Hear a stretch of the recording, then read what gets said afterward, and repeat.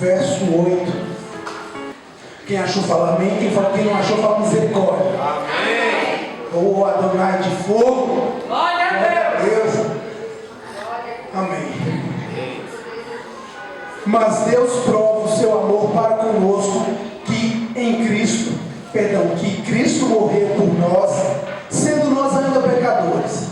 Mas Cristo prova o seu amor para conosco, mostrando que Cristo morreu por nós, sendo nós ainda pecadores. Cristo morreu por nós, sendo nós ainda pecadores. Eu peguei duas versões que eu vi, mas vou ler de novo aqui. Mas Deus prova o seu amor para conosco, em que Cristo morreu por nós, sendo nós ainda pecadores. Na verdade, eu vi várias versões e elas são bem próximas disso. Mas amém. Vamos fechar nossos olhos novamente? Senhor Deus, meu Pai, a Ti nós queremos, Deus, render glórias. A Ti, Jesus, nós queremos render louvores. Senhor, nós não queremos, Deus, falar de nada que não venha de Ti.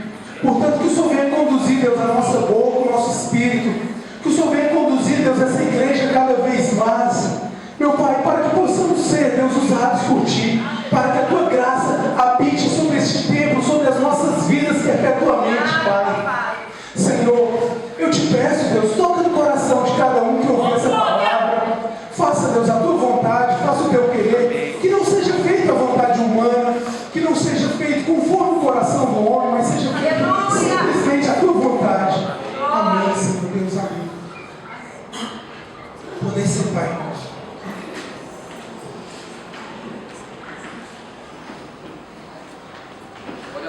Se for para me colocar um tema, eu vou falar que seria obediência e amor incondicional de Deus para com o homem.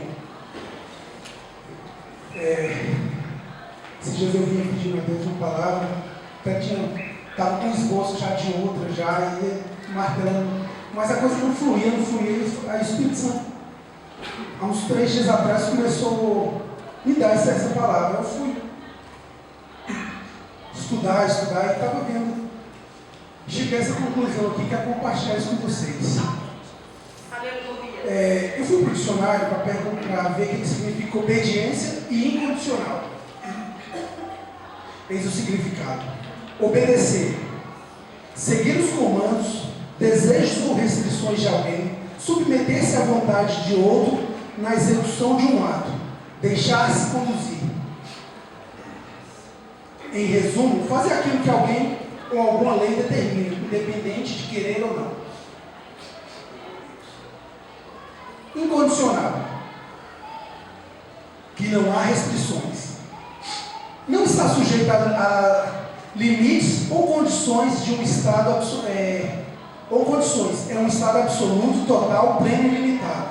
Ou seja, obediência é você fazer algo mesmo que você não queira. E incondicional é algo pleno, é algo que excede o nosso entendimento, assim, porque ele é totalitário, o limite dele é lá em cima. Amor incondicional. Aí eu estava lendo lá, o Espírito Santo me deu essa palavra, amor incondicional e obediência. Eu fiquei martelando, falei, Deus, não estou entendendo.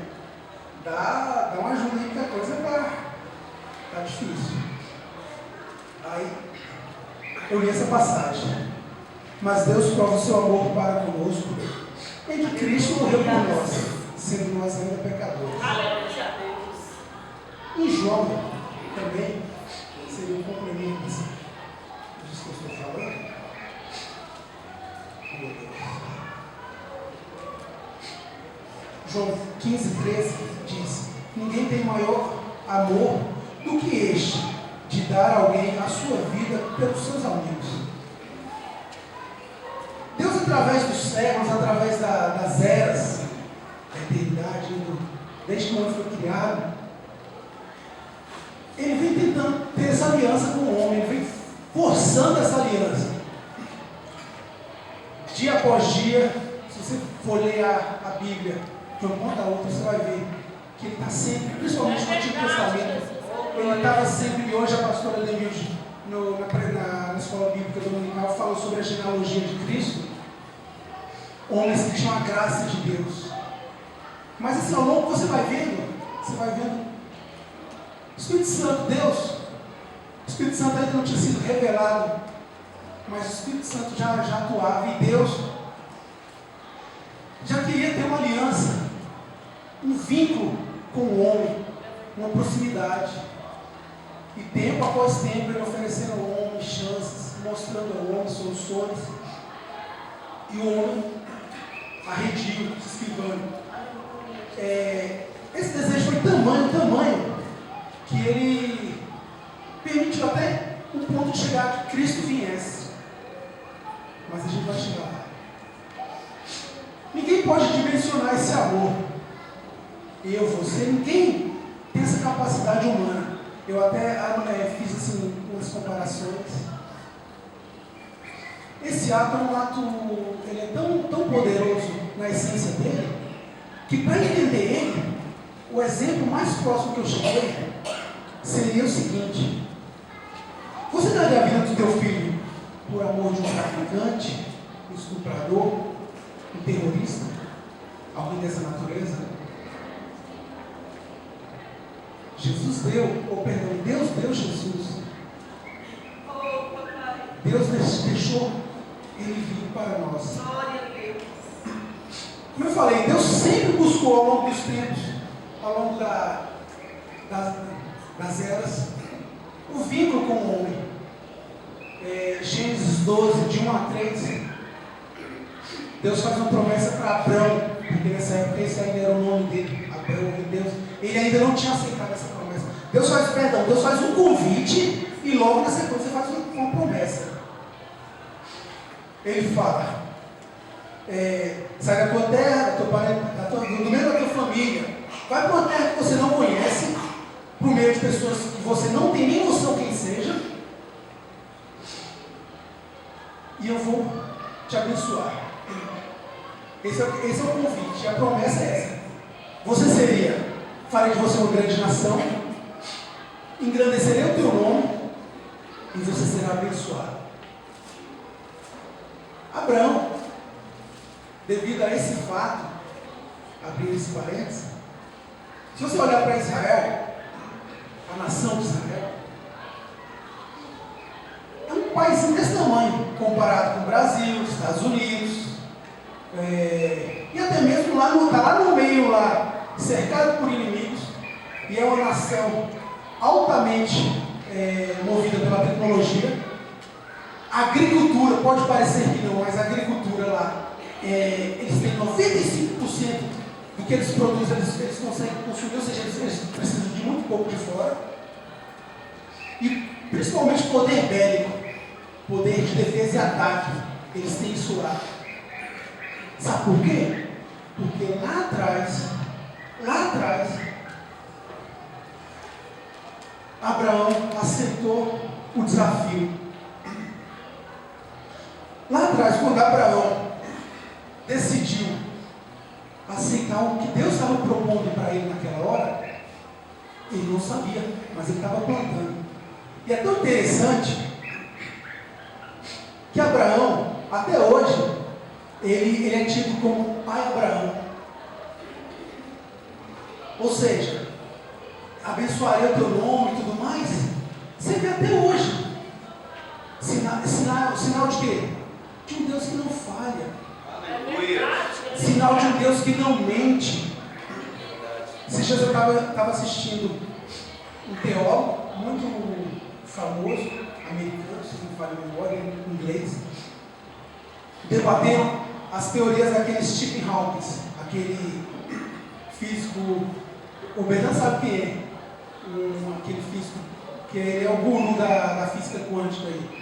E ele diz que não existia Deus. Mas quando você começa a folhear a Bíblia, quando você se volta para a Bíblia, se você lê a Bíblia com o Espírito Santo, da forma que ele lê mesmo, da forma, se é que eles leram, para poder dizer que não existe Deus, que tudo se fez do acaso, e é muita coisa muito mais complexa, mas nem convém falar. Mas assim, você fica vendo, quando a pessoa pega para falar ou para ler essa palavra sem a revelação, sem o Espírito Santo, vai ser um livro como qualquer outro. Agora, quando você tem o Espírito Santo, quando você consegue ler, pedindo que o Espírito Santo venha te guiar, para que você folheie essas páginas, ter a visão daquilo que Ele quer te mostrar, as palavras elas vão saltar das páginas e vão vir para o teu coração. É verdade. Como eu falei, Deus abençoou tanto a vida de Abraão já, que até hoje você vê os judeus chamando Abraão de pai Abraão.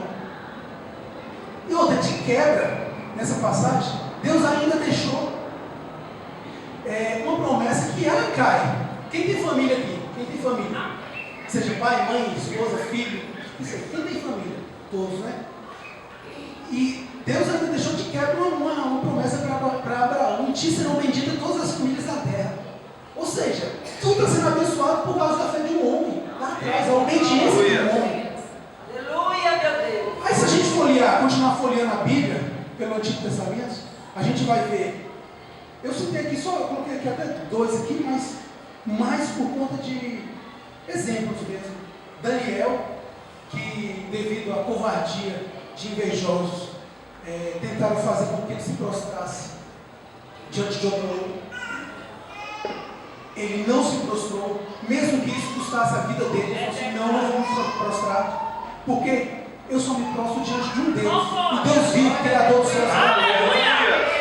Foi lançado na cova dos leões, e para quem conhece, eu creio que todos aqui conhecem, foi liberto. Deus não deixou que nenhum daqueles leões tocasse na vida dele. Ao contrário dos acusadores dele, a Bíblia diz que antes que caíssem no fundo da cova, os leões já haviam estraçalhado a carne deles. Deus seja louvado. Noé, outro exemplo assim que eu acho muito interessante. Noé aceitou um chamado de construir uma arca imensa, monumental, que quem passasse a quilômetros conseguia ver aquela arca. E assim, se você olha para ele, o pessoal chamava ele de louco, doido, varrido. Você imagina? Se você está passando na rua e alguém fala assim: ó, lá vai o doido, porque você serve a Deus. Era mais ou menos isso que ele passava. Todos esses homens que eu falei assim, esses exemplos que eu citei, e todos os outros homens que você pegar ao longo da Bíblia, até chegar na pessoa de Jesus, muitos tiveram um coração em Deus, homens de uma fé poderosa, de um caráter extremamente ungido. Só que Deus, na sua grandeza, no seu poder, Ele viu que seria muito colocar um peso da humanidade nas costas dessas pessoas, porque elas não aguentariam. Em algum momento da vida delas, elas deram um deslize. Nada que pudesse abonar o caráter dela, pois elas estão aqui na Bíblia. Mas elas, em alguns casos, alguns deram um deslize. Aí o que Deus faz? Jesus. O que Jesus faz? Eu fico imaginando lá. Jesus fala assim: Pai, estava eu aqui pensando, e decidi, me deixa ir, me deixa me tornar um ser humano, viver tudo aquilo que eles vivem, ter a tua presença, porque eu sei quem tu és, mas me deixa ir lá. E sou eu conjecturando, gente, me deixa ir lá, passar o que eles passam. Aí eu fico imaginando assim: se Deus quisesse, Deus podia ter falado bem assim: não, pensando bem, eu vou destruir logo isso. Não foi eu que fiz? Em mim, Deus falando, em mim não é o poder, então eu vou destruir logo tudo. Mas não. Deus lembrou que lá no Éden, lá atrás, Ele tinha criado o homem à sua imagem e semelhança. Oh, glória a Deus, aleluia. Você sabia? Esses dias a gente ia conversando com a Valerina em casa, a gente conversando, aí ela também lembrou uma coisa, e eu falei assim: quando estiver falando, eu vou lembrar isso. O homem foi criado para ser eterno. É por isso que tanta gente E a gente, como ser humano, tem tanta dificuldade para aceitar a morte. A morte não foi criada para o homem. A morte veio por causa de uma desobediência. E como eu falei, eu fico imaginando Jesus Cristo chegando, falando isso com Deus. Deus vai me coçando a cabeça e eu mesmo. Deus pensando assim, e agora? Vou deixar ir? Porque, no fundo, ele ia deixar. Por quê? Porque ele amava a criatura que ele tinha feito. Ele amava eu, muitos e muitos anos lá atrás, ele já me amava, já amava cada um de nós. Ele já sabia como o Beto ia ser, como o Bertão ia ser, como o Will ia ser. Cada um de nós ia ser as nossas limitações, as nossas falhas, ele já sabia. Ainda assim, ele, como eu falei, ele poderia ter destruído tudo. Falar, deixa isso para lá, vai ficar na minha glória com o Filho e o Espírito Santo. Mas não, ele deixou. Cristo veio, criança, jovem, sujeito às mesmas necessidades e fisiologias humanas. E quem é jovem aqui e é inteligente sabe do que eu estou falando. Nós jovens, tem hora que o sangue aflora aqui, né? Mas Cristo veio. Cristo viveu uma vida santa, reta, pura. Ele não teve mácula, ele não teve nada que o condenasse. Nós poderíamos tirar vários e vários exemplos da vida de Cristo, mas a gente está falando aqui de obediência. Aleluia. Mateus 7:21 diz: nem todo aquele que me diz Senhor, Senhor, entrará no reino dos céus, mas apenas aqueles que fazem a vontade de meu Pai que está nos céus. Glória. Jesus Cristo, como eu falei, com todo aquele poder, com toda aquela autoridade, se tornou humano e veio ensinar eu, você, várias lições, mas aqui a gente fala de obediência. Ele cita isso aqui que está em Mateus 7:21. O que é a vontade que ele fala aqui, se não a obediência? Nós temos que aprender a ser obedientes. Nós temos que viver uma vida de obediência. E quantas vezes a gente reluta para isso? Quantas vezes? Jesus sabia, ou melhor, ele sabe, porque ele ressuscitou e está à direita do Pai. Amém? Ele sabia, ele sabe o princípio de autoridade. O princípio de autoridade é aquilo que eu li, a questão de obedecer. É você fazer algo muitas das vezes contra a tua vontade. É você ir para a tua escola, pregar o Evangelho. Eu estou com vergonha. Não é a tua vontade. Não é a tua vontade. Verdade. Por muitos e muitos anos, quando eu era mais novo, às vezes eu via aquelas pessoas dentro do ônibus, dentro do metrô pregando. Eu falava, meu Deus, eu só tenho coragem assim e tal. Sentido muitas das vezes por ridículo. Hoje eu entendo, e até mesmo depois de ler, de estudar essa passagem, eu vi. Você acha que muitas das vezes, de repente, aquele rapaz igual, muitas das vezes um rapaz levantar ali e falar de Cristo?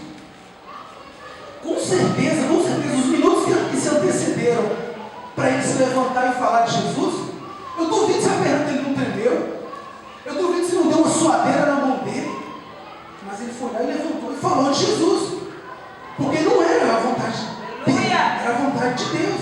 Graças a Deus. Nós temos que ser obedientes. Quando a gente se torna obediente, o Espírito Santo começa a capacitar, o Espírito Santo começa a dar graça. Aleluia. A gente tem visto que o exemplo maior aqui para nós, pelo menos para mim, tem sido muito a questão dos jovens e da liderança dos jovens. Pessoas que, como o próprio Weber já falou várias vezes aqui, anos e anos na igreja, nunca tomou posição. No dia que tomou, a graça do Espírito Santo veio sobre ele, veio sobre a equipe, e Deus tem abençoado. Deus tem usado. Deus quer me usar mais, Deus quer usar você mais. Deus quer te usar. Tem pessoas aqui que tinham um talento excepcional. Tem pessoas aqui que muito mais do que eu poderia estar aqui na frente. Eu sei disso, porque eu já, conversando a gente vê o potencial. E o Espírito Santo revela. Se Jesus estava orando, o Espírito Santo mostrou uma pessoa que está com um talento escondido. Deus está chamando. Deus está convidando. Porque Ele não intima ninguém, Ele não é como o nosso adversário. Ele está te convidando, Ele quer um contato maior, Ele quer uma aliança maior. Obrigado, Jesus. Oh Deus, aleluia. Como eu falei, Jesus Cristo quer que nós levantemos da nossa posição de conforto, da nossa zona de conforto, arregacemos as mangas e trabalhemos para o reino. Ele está precisando que eu e você, não que Ele precise necessariamente, mas Ele quer ver você e eu na posição de vencedor. Estamos vivendo um ano de reinar em vida, e para reinar em vida, devemos vestir e assumir essa posição. Quando a gente assume essa posição, você dá uma palavra para uma pessoa, e essa pessoa vai tomar essa palavra para si, e o milagre vai acontecer na vida dela. Aleluia. Você acha que não? Você acha que eu sou, que você, não consigo, não sou capaz? O Espírito Santo está falando para você, meu irmão. Oh Deus, aleluia. Jesus Cristo ensinou que nós deveríamos amar a Deus acima de todas as coisas, e esse seria o primeiro mandamento, e ao próximo como a nós mesmos. Temos feito isso? Temos feito? O Espírito Santo está querendo. A gente está vendo a igreja, porque eu falei num ato profético de fé, eu falei que nós estamos vendo, e nós estamos vendo a igreja crescer. Aleluia. A igreja está crescendo, meu irmão. Graças a Deus. Eu sei que parte disso é sua oração. Eu sei, mas o Espírito Santo está querendo, não só a sua oração, Ele quer a sua ação. Ele quer isso de você. Jesus seguiu um nível tão alto, tão tremendo de obediência, que o resultado dessa obediência foi que ele teve uma autoridade sobremaneira, que demônios já de longe se lançavam em manadas de porcos, já profetizavam, já confirmavam aquilo que é o fim dos tempos, né? O que o Senhor tem conosco agora? Não é chegada a hora, espera aí, ei! Os demônios falavam isso para ele, por quê? Porque reconheceram na obediência dele, na obediência a fazer a vontade do Pai, eles reconheceram. E essa obediência foi tremenda, foi tamanha, que Paulo escreveu em Filipenses, lá no capítulo 2, de 9 a 11, eu até já copiei logo aqui, já para adiantar, não tem que buscar na Bíblia. Por isso Deus o exaltou na mais alta posição, e lhe deu um nome que está acima de todo nome, para que ao nome de Jesus se dobre todo joelho, no céu, na terra e debaixo da terra, e que toda língua confesse que Jesus Cristo é o Senhor. Jesus Cristo é o Senhor. Isso vai ser conseguido independente de eu tomar a minha posição, você tomar a sua posição. Ele já tem isso aqui para ele, isso aqui é dele. Porque Deus o exaltou sobremaneira, deu a ele essa autoridade, devido à obediência dele, devido à vida reta de fazer a vontade do Pai, como ele fala. Agora, o Espírito Santo também tem para você. Deus tem para mim, tem para você isso. Vida abundante, vida plena. Ele quer isso de você, porém Ele quer que você se levante. Você que é coluna no seu lar, você tem que levantar e ser coluna no seu lar. Você que é exemplo na sua sala de aula, continue sendo. Nós fomos chamados para fazer a diferença. Somos o sal da terra. O Espírito Santo te chamou, me chamou para sermos o sal da terra. A Bíblia diz: se o sal perdeu o sabor, perdeu a fórmula dele, se ele perder a característica primeira dele, que é salgar, para que ele serve? Para nada, se não ser jogado pisado pelo homem. Você é o sol da terra. Você não nasceu para ser pisado pelo homem. Você não nasceu para perder o sabor. O Espírito Santo deixou sobre você um sabor. Aqui está sendo usada a palavra de sal, mas isso é o próprio Espírito Santo que habita dentro de você. Quando você estamos fazendo a vontade do Pai, estamos sendo sal sobre essa terra. Como eu falei, Cristo conseguiu tamanha autoridade devido à obediência. Devido a essa obediência, devido a essa autoridade, todo joelho irá se prostrar. Todo. Não é 80%, não é 20%, não é 50%. Todo. 100% dos seres humanos que estão vivos hoje, que hão de nascer, que já morreram, todos irão se prostrar diante de Jesus Cristo. Se você não se prostrar hoje, enquanto está vivo, você, nós iremos nos prostrar na eternidade. Concorda comigo? Aí a pergunta que eu faço, a pergunta que eu quero fazer nessa noite, depois disso eu já quero até orar, fazer 2 orações. Primeira pergunta que eu quero fazer é o seguinte: você tem convicção que irá morar no céu? Você tem convicção que Cristo é o seu Senhor, Salvador? Amém. Amém. Porque aqui é o seguinte: se você não tiver, só existem 2 senhores: Deus e Satanás. Se você não se curvar diante de Deus, diante de Jesus Cristo em vida, você vai se curvar, você vai dobrar os seus joelhos na eternidade. Dobramos os joelhos, nós, eu, você, que temos a convicção de que confessamos a Cristo como nosso Senhor e Salvador, que aceitamos Jesus para ser o nosso Senhor e Salvador. Nós, eu falo por mim, eu tenho essa convicção. Se Deus não voltar agora e eu voltar enquanto eu estiver vivo, eu morrer, eu vou descansar em Cristo. Na eternidade, quando eu for me apresentar diante de Deus, eu vou me prostrar diante dele e ele vai falar assim: meu filho, entra para o gozo do seu Senhor, vem para junto de mim, porque você me serviu. Essa é a convicção que eu tenho. Aleluia. Amém? Amém.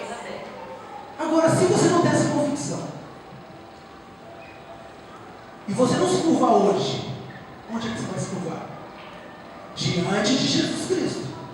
Diante de Jesus Cristo, não tendo essa convicção, não sendo salvo, o que Cristo irá falar para você? Aparte de mim. Você teve a sua chance. Você, quando homem, e era nessa época, era enquanto você tinha pele, osso, sangue, enquanto um coração pulsava dentro de você. Era nessa época que era para você me reconhecer diante dos homens. Porque em Mateus, e aqui eu vou abrir, vou ler, porque em Mateus 10, 32 e 33 diz: portanto, qualquer que me confessar diante dos homens, eu confessarei diante de meu Pai que estás no céu.